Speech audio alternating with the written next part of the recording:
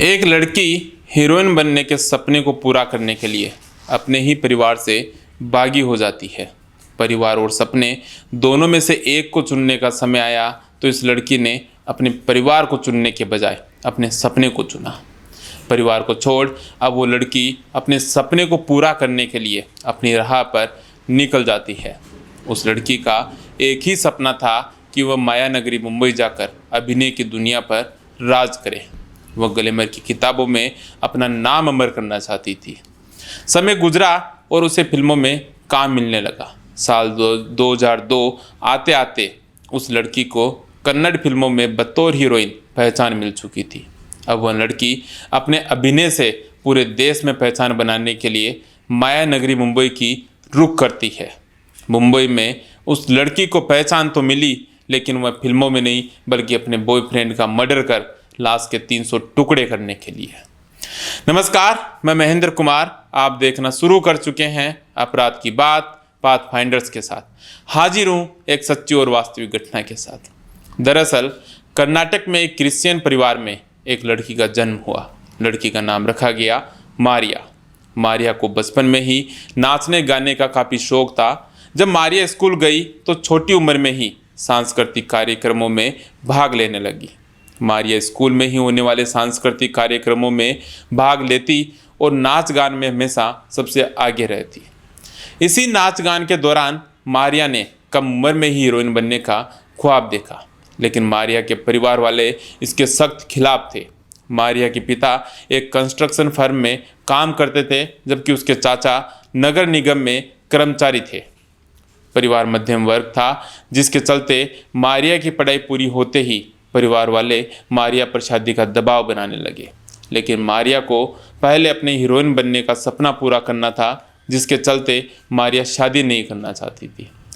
लेकिन मारिया की शादी को लेकर मारिया और उसके परिवार वालों के बीच काफ़ी विवाद होने लगा, और यह विवाद इतना बढ़ गया कि मारिया को अपने परिवार और अपने सपने में से एक को चुनना था। मारिया ने अपने सपने को चुना और अपना घर छोड़कर कर्नाटक की राजधानी बेंगलुरु आ जाती है। यहाँ आकर मारिया कन्नड़ फिल्मों में काम तलाशने लगी, लेकिन बहुत समय तक मारिया को कोई काम नहीं मिला। मारिया लगातार कोशिश कर रही थी कि कहीं न कहीं से उसे काम मिल जाए। अब मारिया प्रोड्यूसर्स के दफ्तरों के चक्कर लगाते लगाते थक चुकी थी, लेकिन इसी बीच मारिया को कुछ छोटे मोटे रोल मिलने लगे थे। कुछ समय बाद मारिया को साल 2002 में कन्नड़ सिनेमा में एक बड़ा ब्रेक मिला। उन्हें बतौर लीड फिल्म झूठ में काम मिला। इस फिल्म के बाद मारिया को कई फिल्मों में काम मिला। मारिया ने कई फिल्मों में अभिनय किया, जिसके चलते मारिया की कन्नड़ फिल्मों में पहचान बन गई। लेकिन मारिया रीजनल सिनेमा में नहीं बल्कि पूरे भारत में पहचान बनाना चाहती थी। अब मारिया का कन्नड़ फिल्मों से मन भर चुका था, जिसके चलते मारिया ने माया नगरी मुंबई की तरफ रुख किया। इस तरह मारिया अब ऑडिशन देने मुंबई आने लगी। एक दिन ऑडिशन के सिलसिले में मारिया की मुलाकात नीरज ग्रोवर नाम के एक व्यक्ति से हुई। नीरज ग्रोवर की मुंबई में अच्छी पकड़ थी।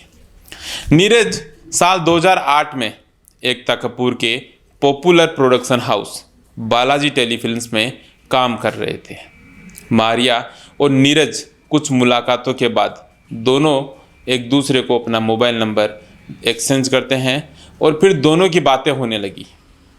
नीरज इस दौरान मारिया को कहता है कि तुम बहुत सुंदर हो, तुम्हें तो काम आसानी से मिल जाएगा। नीरज के ऐसा कहने पर मारिया नीरज को कहती है कि वह सब तो ठीक है, लेकिन मेरी मुंबई में कोई पहचान नहीं है, जिसे मुझे काम ढूंढने में परेशानी का सामना करना पड़ रहा है। मारिया की बात सुनकर नीरज कहता है कि उसकी तुम चिंता मत करो, वो सब तुम मेरे ऊपर छोड़ दो। इसके बाद नीरज ने मारिया का एकता कपूर के प्रोडक्शन हाउस में ऑडिशन अरेंज करवाया। ऑडिशन के चलते अब मारिया आए दिन मुंबई आने लगी थी। जब जब मारिया ऑडिशन के लिए मुंबई आती तो वह नीरज से ज़रूर मिलती थी। समय गुजरा और मारिया नीरज से ज़्यादा घुलने मिलने लगी थी। इस बीच नीरज मारिया से पूछता है कि तुम किसी के साथ रिलेशनशिप में तो नहीं हो। इस पर बड़ी हीरोइन बनने का काम मिलने का ख्वाब देखने वाली मारिया ने नीरज को ये बताना ज़रूरी नहीं समझा कि वो पहले से ही जेरोम नाम के एक व्यक्ति के साथ लॉन्ग रिलेशनशिप में है, जिसे मारिया की सगाई भी होने वाली थी। जेरोम इंडियन आर्मी में थे, जो घटना के समय महाराष्ट्र के पुणे में पोस्टेड थे। इस तरह समय गुजरने के साथ ही मारिया और नीरज की नज़दीकियाँ बढ़ने लगती है। अब मारिया और नीरज दोनों अच्छे दोस्त बन चुके थे। इस बीच मारिया मुंबई शिफ्ट होने का फैसला करती है। जब मारिया मुंबई पहुंचती है तो नीरज ने उसे अपने घर में जगह दी। मारिया और नीरज की दोस्ती को कई महीने हो चुके थे, लेकिन नीरज की तरफ से मारिया को कोई भी काम नहीं मिल पा रहा था। नीरज ने अपने दोस्तों को बताया कि कन्नड़ एक्सेंट के कारण मारिया के ऑडिशन रिजेक्ट हो जाते हैं, लेकिन मारिया को ठेस नहीं पहुंचे, इसलिए वो अक्सर मारिया के सामने काम नहीं मिलने के नए नए बहाने बनाता है। इस दौरान मारिया और नीरज के बीच शारीरिक संबंध भी बन जाते हैं। अब नीरज मारिया से शादी करना चाहता है। नीरज के घर रहते हुए मारिया की दोस्ती नीरज के कुछ दोस्तों से भी हो जाती है। वो अक्सर नीरज के दोस्तों से पूछती कि नीरज मुझे काम दिलाने के बहाने मुझे कहीं धोखा तो नहीं दे रहा। इस पर नीरज के दोस्त मारिया को कहते हैं कि नीरज तुम्हें काम दिलाने की पूरी कोशिश कर रहा है, वह जल्दी ही तुम्हें कहीं ना कहीं काम दिलवा देगा। इस बीच जब भी मारिया अपने बॉयफ्रेंड जेरोम से बात करती तो जेरोम नीरज के बारे में पूछता, तो मारिया झूठी कहानी बनाते हुए कहती कि मैं नीरज को केवल अपना अच्छा दोस्त मानती हूँ। नीरज मुझसे एक तरफा प्यार करता है। इसके बाद मारिया करीब एक हफ्ते तक नीरज के साथ लिव इन में रहने के बाद मुंबई के मलाड में एक फ्लैट किराए पर ले लेती है। अब मारिया नीरज का घर छोड़कर अपने किराए के फ्लैट में शिफ्ट होने चली जाती है। मारिया के जाने के बाद नीरज रात को घर आता है और घर आकर नीरज अपने दोस्तों से कहता है कि मारिया अपने फ्लैट में शिफ्ट होने गई है, मैं भी मारिया की शिफ्टिंग में मदद के लिए जा रहा हूँ। इसके बाद नीरज रात को करीब 10 बजे अपने घर से मारिया के फ्लैट के लिए निकल जाता है। जब नीरज मारिया के घर पहुँचता है तो मारिया नीरज को देखकर पहले तो काफ़ी खुश होती है और फिर नीरज से कहती है कि कैसा लगा तुम्हें अपना घर। नीरज मारिया से पूछता है कि अपने घर से तुम्हारा क्या मतलब है। इसके बाद मारिया नीरज से कहती है कि तुम और मैं एक दूसरे से प्यार करते हैं, दोनों जल्द शादी करने वाले हैं, तो ये अपना घर ही हुआ ना। मारिया के मुंह से ये बात सुनकर नीरज काफ़ी खुश हो जाता है। उस रात देर रात शिफ्टिंग करने के बाद मारिया और नीरज दोनों साथ में ही खाना पकाते हैं और इसके बाद दोनों साथ में ही खाना बैठकर खाते हैं। इसके बाद नीरज उस रात मारिया के साथ उसके फ्लैट पर ही रुक जाता है। वहाँ रुकने के दौरान नीरज और मारिया दोनों शारीरिक संबंध बनाते हैं। इस बीच देर रात मारिया के बॉयफ्रेंड जेरोम का फ़ोन आता है, जिसे मारिया की सगाई होने वाली थी। इतनी रात को फ़ोन आने से नीरज मारिया से पूछता है कि इतनी रात को किसने फ़ोन किया है। इस पर मारिया नीरज से कहती है कि मेरे दूर का रिश्तेदार है, वह भी फिल्मों में काम करना चाहता है, इसलिए फ़ोन किया है। दूसरी तरफ फ़ोन पर मारिया और नीरज की बातें सुनकर मारिया का बॉयफ्रेंड जेरोम मारिया से पूछता है कि इतनी रात को तेरे पास कौन है। जिस पर मारिया जेरोम से कहती है कि आज मैं अपने किराए के फ्लैट में शिफ्ट हुई हूँ, तो मेरा दोस्त नीरज मदद करने के लिए आया हुआ है, अभी डिनर करके चला जाएगा। इतनी बात सुनते ही मारिया का बॉयफ्रेंड जेरोम भड़क जाता है और मारिया पर गुस्सा होने लगता है। अपने बॉयफ्रेंड जेरोम को गुस्सा होते देख मारिया जेरोम को समझाती है कि नीरज सिर्फ उसका अच्छा दोस्त है और इसी नाते वो उसकी मदद करने के लिए आया है, जैसा तुम सोच रहे हो वैसा कुछ भी नहीं है। जवाब में जेरोम ने कहा कि अगर नीरज आज रात तुम्हारे साथ रुका तो ठीक नहीं होगा। इस तरह मारिया एक तरफ नीरज को तो दूसरी तरफ जेरोम को धोखा दे रही थी। मारिया जेरोम से शादी करना चाहती थी, जबकि नीरज से शारीरिक संबंध बनाकर उसके जरिए अपने फेमस हीरोइन बनने का सपना पूरा करना चाहती थी। अपने बॉयफ्रेंड जेरोम को रात को समझाकर मारिया ने फ़ोन काट दिया। इसके बाद मारिया और नीरज दोनों साथ में ही रात गुजारते हैं। अगले दिन जल्दी ही सुबह मारिया के फ्लैट की डोरबेल बजती है। मारिया और नीरज दोनों गहरी नींद में सोए हुए थे। इस बीच जब मारिया ने दरवाज़ा नहीं खोला तो डोरबेल बार बार बजने लगी। डोरबेल बार बार बजने के दौरान ही मारिया की नींद खुल जाती है और वह जाकर फ्लैट का दरवाज़ा खोलती है। दरवाज़ा खोलते ही दरवाजे के सामने जेरोम थे। जेरोम को देखते ही मारिया के हाथ पांव फूल जाते हैं और वह डरने लगती है। इस पर जेरोम मारिया को पूछता है कि तुम इतना डर क्यों रही हो। इस पर मारिया बहाने बनाती है। इस बीच जेरोम को शक हो जाता है। जेरोम फ्लैट के अंदर आता है और बेडरूम की तरफ जाने लगता है, लेकिन मारिया जेरोम को बेडरूम की तरफ जाने से रोकती है, जिस पर जेरोम मारिया को धक्का मारकर एक तरफ गिरा देता है और बेडरूम में जाता है। जैसे ही जेरोम कमरे में दाखिल हुआ और देखा कि नीरज मारिया के बिस्तर पर अर्धनग्न अवस्था में सो रहा है, यह देखते ही जेरोम ने नीरज को पीटना शुरू कर दिया। मारिया ने रोकने की कोशिश की, लेकिन वह नाकाम रही। जेरोम झगड़े के बीच किचन से चाकू ले आए और चाकू से नीरज पर ताबड़तोड़ वार करना शुरू कर दिया, जिससे जेरोम के कपड़े खून से सन चुके थे। कमरे में हर तरफ खून के छींटे थे और धीरे धीरे नीरज की सांसें थमती जा रही थी। नीरज की मौत होते ही मारिया ने झटपट कमरे की सफाई शुरू कर दी। खून को साफ किया, चादर पर्दे बदले और डेड बॉडी से खून पूरी तरह साफ कर दिया। कुछ घंटे तक नीरज की लाश कमरे में ही पड़ी रही। इस दौरान मारिया और जेरोम ने नीरज की लाश के सामने ही बेडरूम में शारीरिक संबंध बनाए। कुछ समय बाद मारिया और जेरोम नज़दीकी शॉपिंग मॉल पर गए और वहां से उन्होंने एक पॉली बैग और एक बड़ा धारदार चाकू खरीदा और इसके बाद दोनों घर लौट आते हैं। दोनों ने मिलकर लाश के करीब 300 छोटे छोटे टुकड़े कर दिए।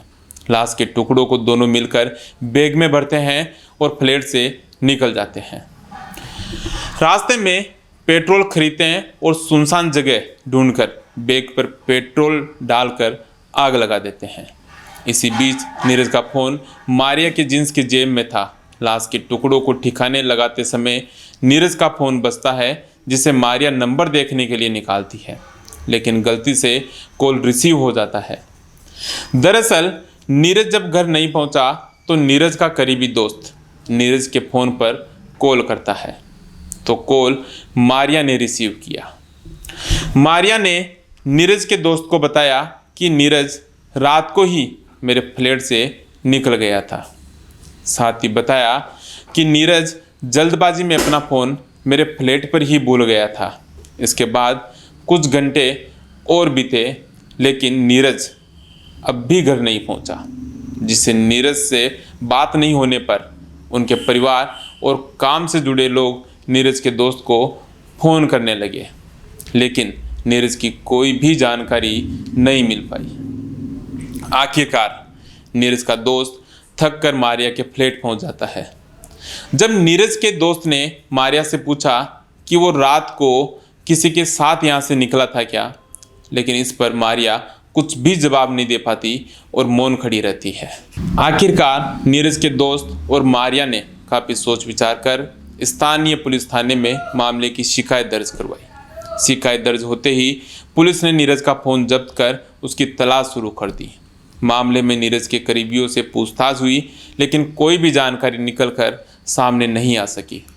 2 दिन बाद नीरज के परिवार वाले भी मुंबई आ गए। ये कुछ दिन 2 हफ्तों में बदल गए थे, लेकिन नीरज की कोई भी खबर नहीं थी। नीरज के परिवार वालों ने उसके पोस्टर छपवाए, जिसमें सूचना देने वाले को इनाम देने की घोषणा की गई, लेकिन उससे भी कोई फायदा नहीं हो सका। 2 हफ्ते बीत जाने के बाद पुलिस ने मामले से जुड़े लोगों के कॉल रिकॉर्ड खंगालने शुरू कर दिए। रिकॉर्ड में सामने आया कि घटना की शाम नीरज के फ़ोन पर एक कॉल आया था, जिसे कुछ सेकंड के लिए रिसीव किया गया था। मोबाइल नेटवर्क टावर के रिकॉर्ड मिलने के बाद पुलिस का पहला शक मारिया पर गया, क्योंकि शिकायत से पहले तक नीरज का मोबाइल मारिया के पास ही था। अब पुलिस ने मारिया के खिलाफ छानबीन शुरू कर दी और जब मारिया के फ़ोन की कॉल रिकॉर्ड निकाली गई तो नतीजे चौंका देने वाले थे। दरअसल कॉल रिकॉर्ड में मारिया और उसके बॉयफ्रेंड जेरोम के बीच घटना वाले दिन से लेकर कॉल रिकॉर्ड निकाले जाने तक करीब 1000 से ज़्यादा बार बात हो रखी थी। यह कोई सामान्य बात नहीं थी। पुलिस को कॉल रिकॉर्ड और जेरोम के उस रात मुंबई में होने से पुलिस का मारिया पर शक और पुख्ता हो गया। इसके बाद पुलिस ने मारिया और उसके बॉयफ्रेंड जेरोम को पूछताछ के लिए बुलाया। मारिया ने बयान में वही कहानी बताई जो उसने पहले बताई थी। वहीं जेरोम ने कहा कि वो आर्मी ट्रेनिंग के सिलसिले में मुंबई आया था। पुलिस ने आर्मी सेंटर से जेरोम के बयान को कंफर्म नहीं किया, लेकिन शक के बिना पर जांच जारी रखी। इस बीच पुलिस मारिया के बिल्डिंग के सिक्योरिटी गार्ड से पूछताछ करती है तो उसने चौंका देने वाले खुलासे किए। सिक्योरिटी गार्ड ने पुलिस को बताया कि घटना वाले दिन शाम को मारिया और उसका बॉयफ्रेंड जेरोम बैग में भारी सामान ले जाते दिखे थे। इसके बाद पुलिस का शक यकीन में बदल गया। सबूत इकट्ठा करते ही पुलिस ने सबसे पहले मारिया को गिरफ्तार किया। गिरफ्तारी के बाद मारिया लगातार अपने बयान बदलती रही, लेकिन जब पुलिस ने सख्ती की तो मारिया टूट गई। मारिया ने अपना जुर्म कबूल करते हुए पुलिस को बताया कि घटना वाले दिन सुबह जल्दी ही मेरा बॉयफ्रेंड जेरोम मेरे फ्लैट पर आया तो उसने नीरज को मेरे बेड पर सोते हुए देखकर जेरोम ने नीरज को मारना शुरू कर दिया। मैंने जेरोम को रोकने की काफ़ी कोशिश की, लेकिन मैं कामयाब नहीं हो पाई और इसके बाद जेरोम ने चाकू से नीरज पर ताबड़तोड़ वार कर उसकी हत्या कर दी। इसके बाद हम दोनों ने मिलकर कमरे से खून साफ किया और नीरज की लाश के सामने ही हमने शारीरिक संबंध बनाए और मैंने और जेरोम ने मिलकर चाकू से नीरज की लाश के 300 टुकड़े कर एक सुनसान जगह ले जाकर पेट्रोल डालकर जला दिया। इस तरह हम दोनों ने नीरज को मारकर उसकी लाश को ठिकाने लगा दिया। पुलिस ने मारिया के बॉयफ्रेंड को गिरफ्तार कर दोनों को जेल भेज दिया। इस तरह मारिया के जेरोम को दिए गए धोखे के चलते एक निर्दोष व्यक्ति नीरज को अपनी जान गंवानी पड़ी। दोस्तों, इस घटना को बताने का उद्देश्य किसी की भावनाओं को ठेस पहुंचाना नहीं है, बल्कि समाज को अपराध के प्रति जागरूक करना है। जागरूकता लाने की हमारी ये छोटी सी कोशिश आपको अच्छी लगी है तो हमारे वीडियो को लाइक कीजिए, दोस्तों के साथ शेयर कीजिए और चैनल को सब्सक्राइब कीजिए। और हाँ, आप इस पूरे मामले पर क्या सोचते हैं कमेंट करके हमें ज़रूर बताइएगा। जल्द हाजिर होंगे एक नई, एक सच्ची और वास्तविक घटना के साथ। तब तक के लिए दीजिए इजाज़त। नमस्कार।